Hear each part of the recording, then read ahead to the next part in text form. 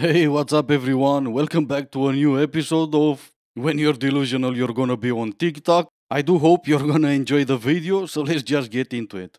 Men don't support their wives who stay at home to raise their children. Women support men's careers by providing unpaid. If you're considering being a stay-at-home mom, you need to listen to this video and learn from my mistakes and the mistakes of millions of other women. And of course, there's so many reasons that they're not our mistakes and that these are problems of patriarchy. You need to sit down with your husband and figure out what your stay-at-home mom labor is worth. You need to come to an agreement and you need to put it in a contract that if you get a divorce, that's what he is going to be paying you each year that you were a stay-at-home mom. Right, I'm gonna pause and make my points because she goes on for 3 minutes, and this way is more bearable for me to listen to her. If you go into a marriage with a straight mind that you're gonna get a divorce, that's exactly what you're gonna get. If the two of you end up being divorced, you're gonna get child support, you're gonna get half of this stuff, and in some cases, you're gonna get alimony. You want payment on top of that? Why would anyone in their right mind agree with something like that? And who are you? What makes you think you're so entitled to his money even after you got divorced? This way, your labor is only free labor that benefits him, and you staying at home is only a risk that you need to take if the marriage is happy, if the marriage is meeting both of your needs. If he doesn't want to pay this cost for your labor, then he needs to do work to keep you happy in that marriage.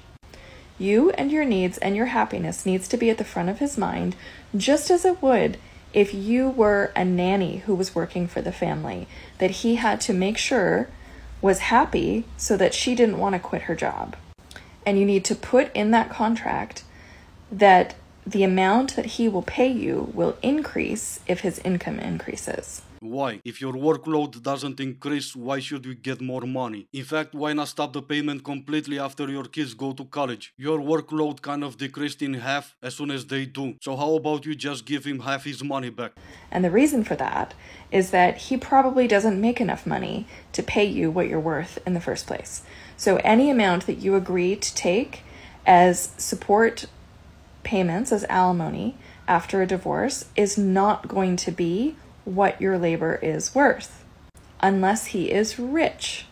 And he should never feel like he is getting a screaming deal by hiring you for this business that is called the family over hiring multiple other people. All the other people leave when their job is done. You hire a nanny, she comes in, she babysits, she leaves. You hire a maid, she comes in, clean the house, leaves. You hire a working girl, she comes in, does her job, leaves. None of them enjoy whatever else you provide for that home. Electricity, food from the fridge, listening to you moan and complain about how difficult it is for you to sit on a couch watching soap operas all day. And just like when you're running a business, there is a cost to having to replace employees and having to find new people and having to train new people. All of that is work that he gets to avoid by just having you. You are always worth way more in that role than anybody he could hire because you come with so much institutional knowledge. Institutional knowledge is a term that is used to describe the amount of information and understanding and context and history that a long-term employee builds up when they stay at a place of employment for a long time. Nobody's ever going to have the same institutional knowledge for your family, for him, as you do. If you don't do this, he is going to take you for granted and know that you are trapped. You are at risk of being abused. You are at risk of being neglected. And knowing how trapped you are is going to affect your mental health, which is going to affect your children.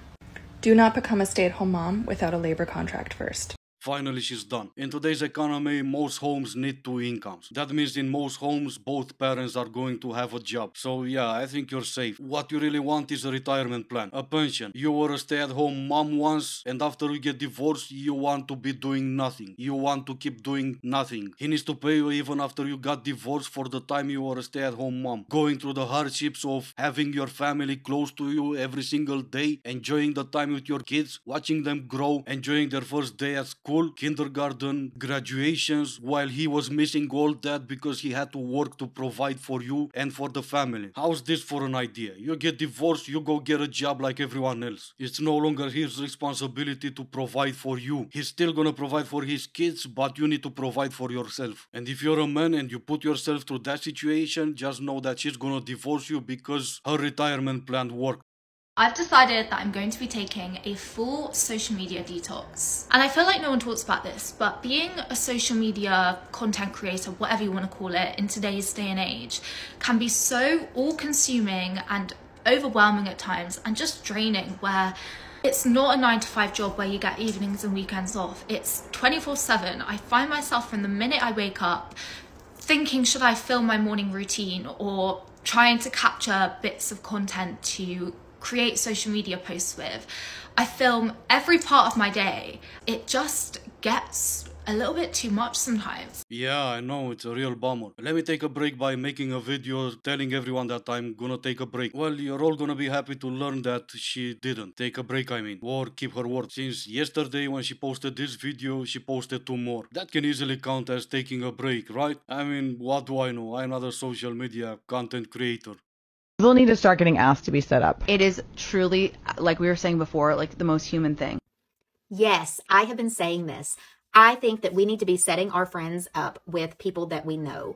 And, you know, I continue to ask people I work with and friends, like, do you know anybody that you could set me up with? And they're always like, no, I don't really know anybody single right now. But think about it. If you're married, you have your spouse, you have everybody that you work with, you have those people that you work with have siblings and friends and acquaintances and people they met traveling. Like, if you go down the line of who people know, someone knows your future partner, right? It's just a numbers game. And then if people are like, I would never go on a blind date. If you've ever gone on a date with someone from a dating app, you've gone on a blind date. That's exactly what it is. And I think that bringing back the idea of like setting up people with our friends and family and coworkers and acquaintances, it's an amazing, amazing concept because it just helps us meet new people. And if you go back, there's a stitch to this video with a girl single in LA. She's fabulous. I love her dating advice, where she has actually for a while been telling her friends and family that if they introduce her to the person that she marries, she will give them $5,000 on her wedding day. That's a great idea, you guys. Like, incentivize people to help you out, right? And you think maybe that's kind of a weird concept.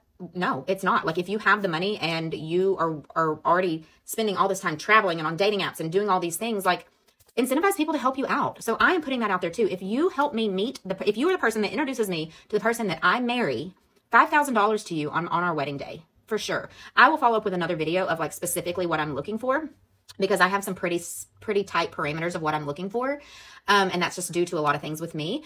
But I think this is so great. So let's start setting up our friends and family again. Let's start introducing people, getting out of our little teeny tiny circles and just meeting people. And if you don't meet the person that you're supposed to marry, you're going to end up making a lot of really neat acquaintances, friends, having new experiences. It's just good for human connection all around anyway. Let me know what you think. Would you ever be set up by your friends and family? No, and I will not be doing that to my friends and family either. You already found out your answer when you said, set me up with someone, and they were polite and respectful and they said, we don't really know anyone who is single, that is. And maybe the fact that you love the other TikTokers' dating advice so much is the reason why you're still single. If you need to pay me $5,000 to set you up with one of my friends, I'm not doing it. I'm gonna say it from the beginning, there's something wrong with you and I'm not doing that. And you coming up with a list of demands on how my friend should be and what he should be, nah, that only increases my belief that there's something wrong with you. Anyway, that's all I have for you guys today. Let me know what you think. Thank you all so much for watching. Stay safe and I will see you in the next one.